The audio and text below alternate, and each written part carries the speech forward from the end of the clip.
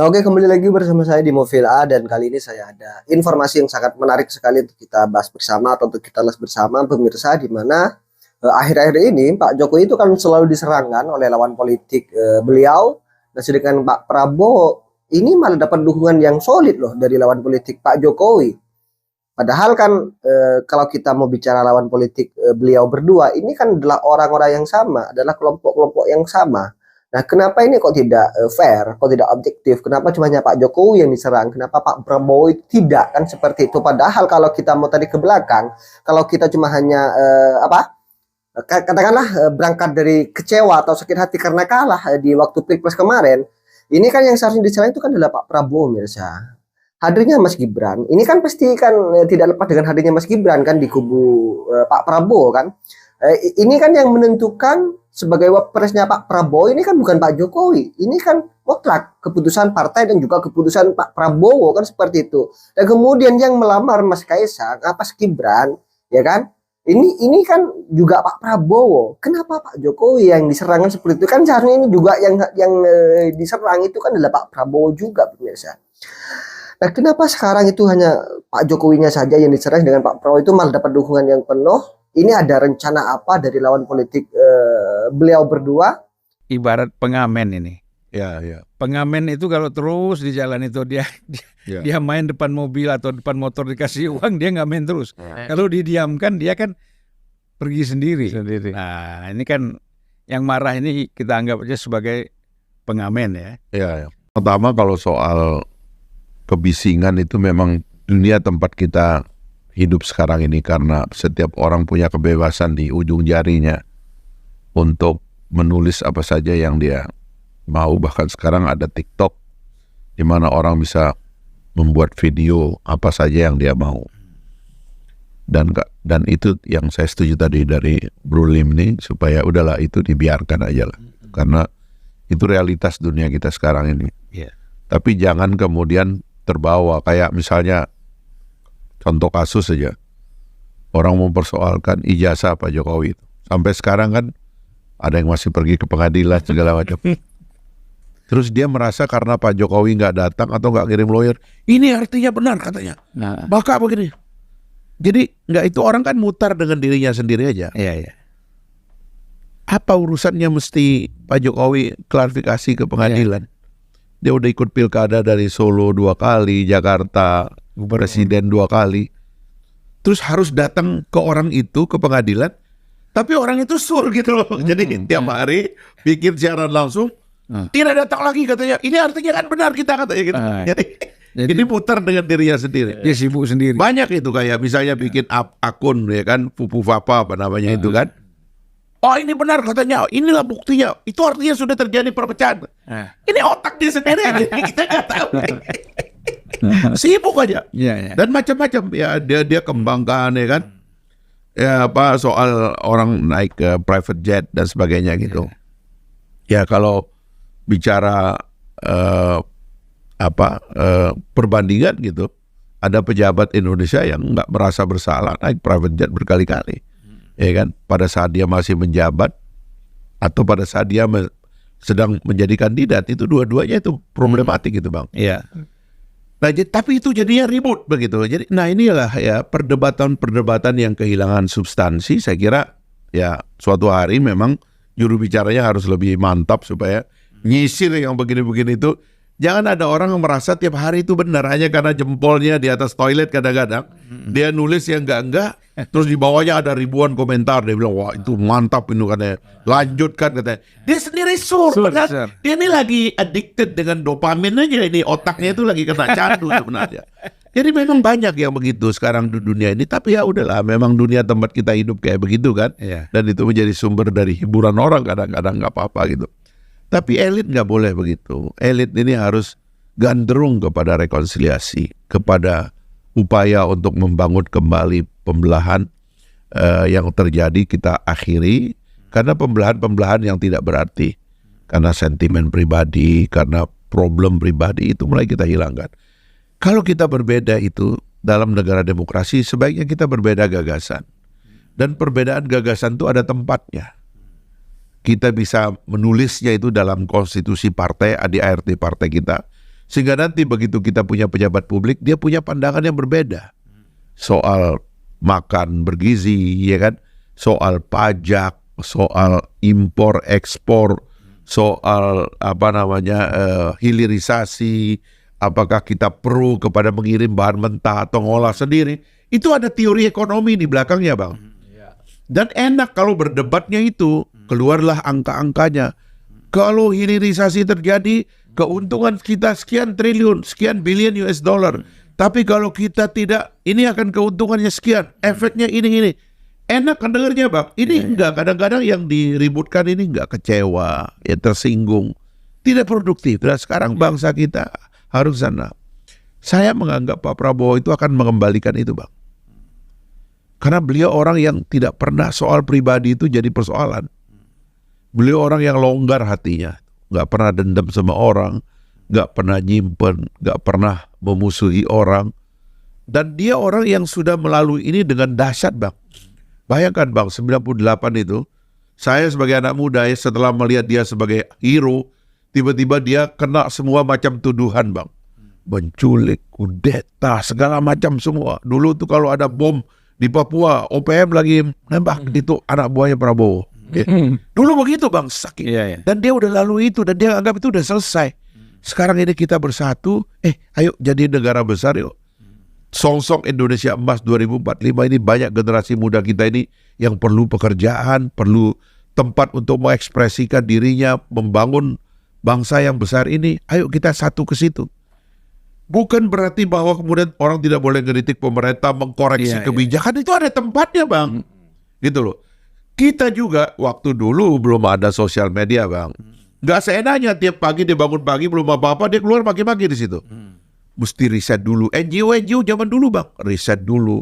Dapat pembiayaan, riset dulu. Habis itu bikin analisis data statistiknya diungkap, dipublish. Enak kita bacanya, Bang. Sekarang ini yang ribut ini kan nggak ada risetnya, Bang. Nggak ada dewan redaksi. Dan tidak semua orang yang berpengalaman seperti Abang, orang senior di dunia jurnalistik, tahulah mengambil kesimpulan itu gimana sih caranya.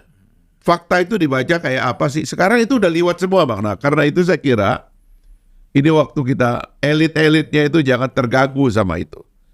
Be positif.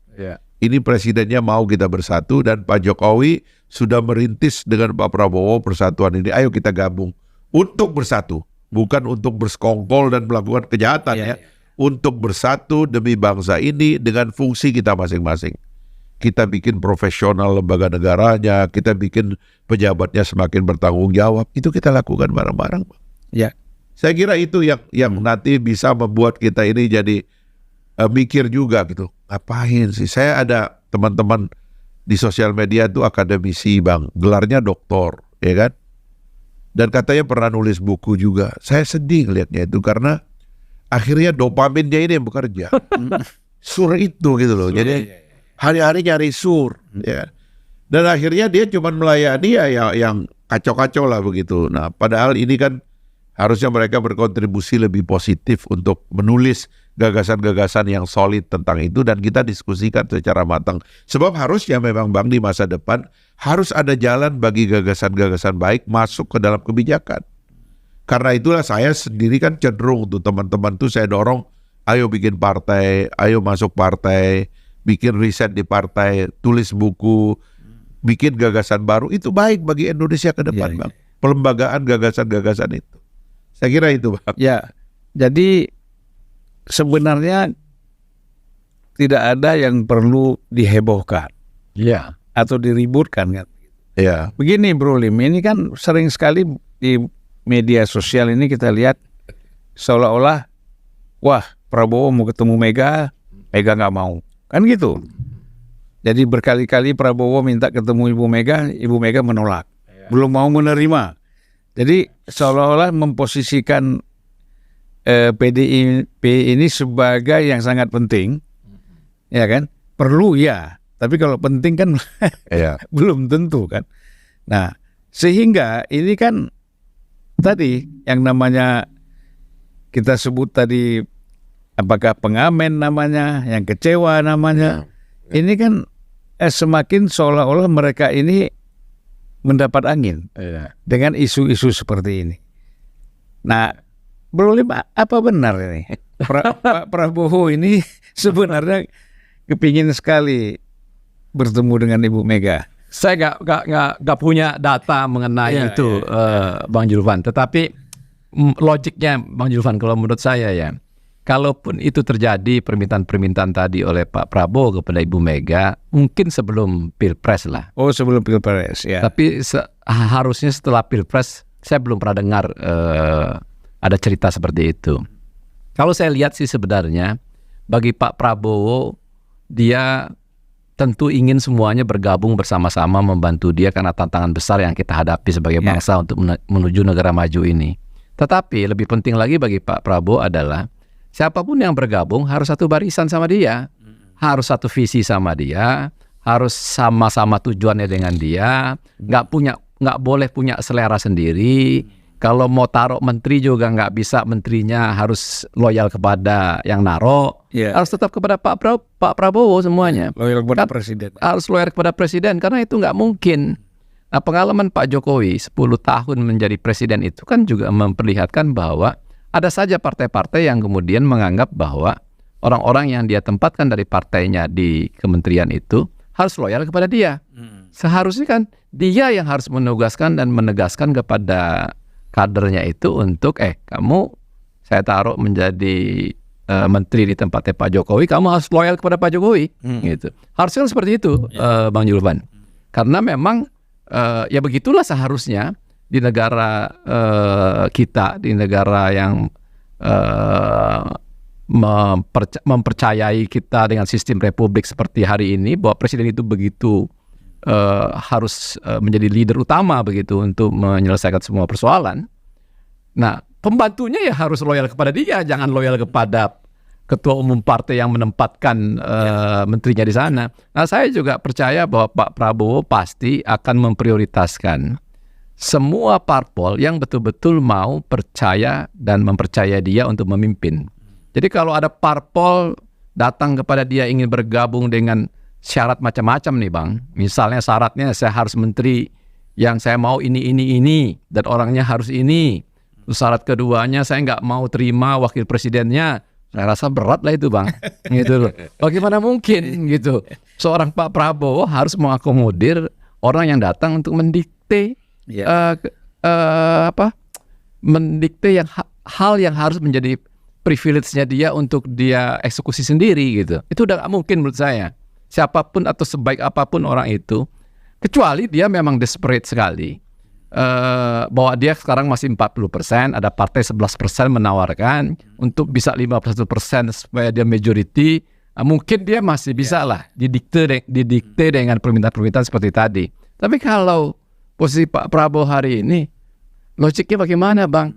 Oh saya mau gabung nih tapi harus ini. Nggak mungkin Bang. Sepanjang pengetahuan saya, parpol-parpol yang belakangan datang nih Bang, seperti Nasdem, PKB, dan PKS bahkan, menurut saya kalau dari info ya mungkin saja salah Bang ya, mereka nggak ngotot minta apapun Bang. Benar. Mereka ingin bergabung dan bersama-sama mendukung kepemilinan Pak Prabowo agar Pak Prabowo sukses sebagai presiden. Karena sukses Pak Prabowo sebagai presiden itu artinya negara kita menjadi negara maju, rakyat menjadi sejahtera, dan itu tujuan semua parpol yang berdiri di Indonesia Bang.